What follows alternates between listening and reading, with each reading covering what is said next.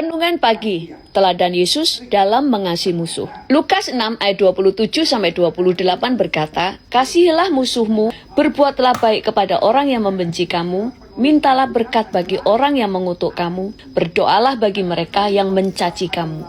Secara nalar, apa yang diajarkan oleh Tuhan Yesus yaitu mengasihi musuh, mendoakan mereka, dan berbuat baik kepada orang yang membenci adalah sungguh tidak masuk akal.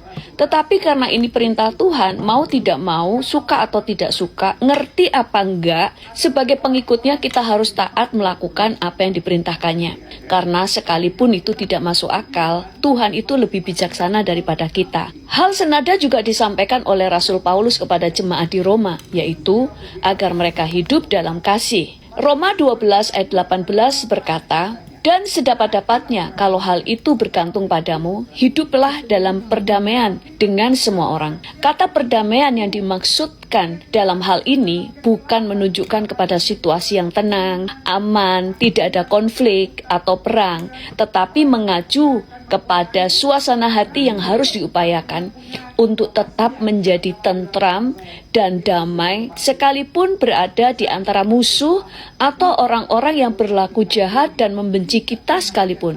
Mampukah kita melakukannya? Ketahuilah bila Tuhan memerintahkan kita untuk mengasihi musuh dan selalu hidup dalam perdamaian, pastilah Tuhan mengetahui bahwa kita ini sanggup melaksanakan perintahnya. Hanya seringkali kita tidak mau, bukan tidak mampu. Kasih berasal dari Tuhan yang adalah kasih.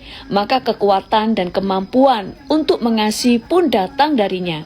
Bagian kita adalah mengobarkan dan mengalirkan kasih Tuhan itu kepada orang lain, termasuk kepada musuh kita sekalipun. Masalahnya bukan mampu atau tidak, tetapi mau atau tidak kita mengasihi musuh. Karena pada dasarnya sebenarnya kita mampu. Dan kita harus mengusahakan hidup dalam perdamaian dengan semua orang. Yusuf walaupun memiliki kesempatan untuk membalas kejahatan dari saudara-saudaranya, tetapi ia memilih untuk mengasihi mereka, mengampuni dan membalas kejahatan mereka dengan kebaikan. Daud meskipun beroleh kesempatan untuk membalaskan dendamnya kepada Saul yang jahat, yang selalu berusaha untuk menyingkirkan bahkan ingin membunuh Daud, tetapi Daud memilih untuk tidak melakukan tindakan balas dendam, bukan karena takut kepada Saul, tetapi ia lebih takut terhadap Tuhan. Bahkan Daud bisa berkata, "Aku tidak mau menjamah orang yang diurapi oleh Tuhan." Kekristenan seseorang akan teruji kualitasnya ketika ia mampu mengasihi dan mengampuni musuh seperti Tuhan Yesus. Dan apakah kalian juga? Tuhan Yesus memberkati.